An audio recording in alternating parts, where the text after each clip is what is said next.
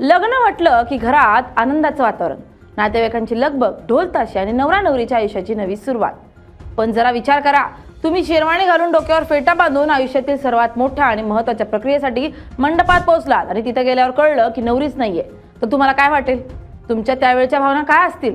असाच एक धक्कादायक प्रकार मध्य प्रदेशातील देवास जिल्ह्यात घडलाय. नेमका या 42 नवरी गेल्या कुठं? एकाच वेळी 42 नवरींना काय अडचणी आल्या ज्यामुळं त्या लग्न मंडपात पोहोचू शकल्या नाहीत? काय आहे यामागचं खरं रहस्य हे आपण या व्हिडिओच्या माध्यमातून जाणून घेणार आहोत.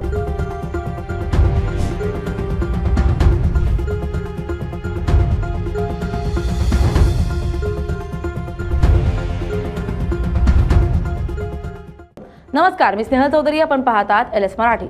देवास परिसरात काही लोकांनी लग्न जुळून देण्याचा व्यवसाय सुरू केला होता.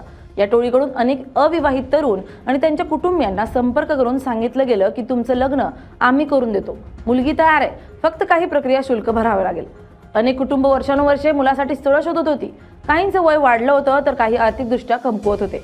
या परिस्थितीचा फायदा घेत आरोपींनी प्रत्येकाकडून 10,000 ते 25,000 रुपये घेतल्याचा आरोप आहे.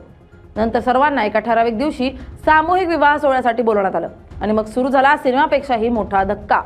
ठरलेल्या दिवशी 42 नवरदेव नटून थटून मंडपात पोहोचले. कुटुंबीय, मित्रमंडळी, नातेगण सगळे आनंदात होते.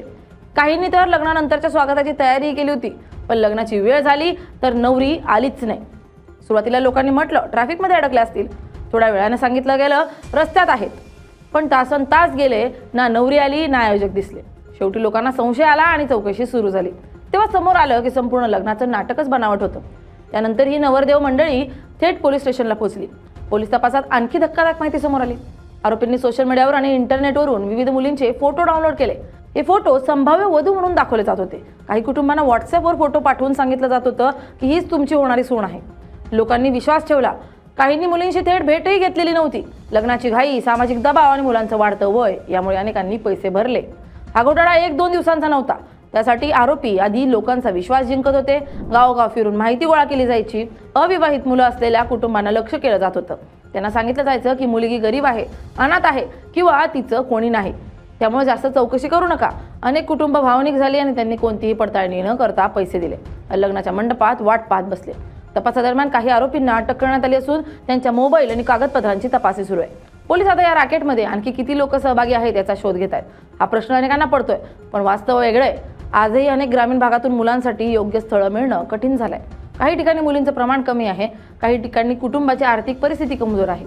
याच अडचणींचा फायदा घेत अशा टोळ्या लग्न करून देतो, मुलगी तयार आहे, उद्या लग्न लावून देतो अशा गोड बोलण्यावर अनेक जण विश्वास ठेवतात आणि अशा फसव्या प्रकरणाला बळी पडतात. 42 नवरदेवांच्या डोक्यावर फेटे होते, चेहऱ्यावर लग्नाची स्वप्न होती आणि घरच्यांच्या डोळ्यात आनंद होता. पण काही तासातच तो आनंद धक्क्यात बदलला. लग्नाच्या नावाखाली लोकांच्या भावना, विश्वास आणि पैशांची खेळ करणाऱ्या या टोळीनं अनेक कुटुंबांची फसवणूक केली. ही घटना फक्त एका राज्यापुरत्या मर्यादित नव्हती, तर संपूर्ण समाजासाठी इशारा आहे. कारण आजकाल फसवणूक फक्त बँकेत किंवा मोबाईलवर होत नाही, तर थेट मंडपातही होऊ शकते. त्यामुळे मंडळी, वेळोवेळी सावध राहा, सजग राहा आणि सतर्क राहा. आणि अशाच नवनवीन व्हिडिओसाठी आमच्या एलएस मराठीला YouTube चॅनलला सबस्क्राईब करा. Bureau report, LS Marathi.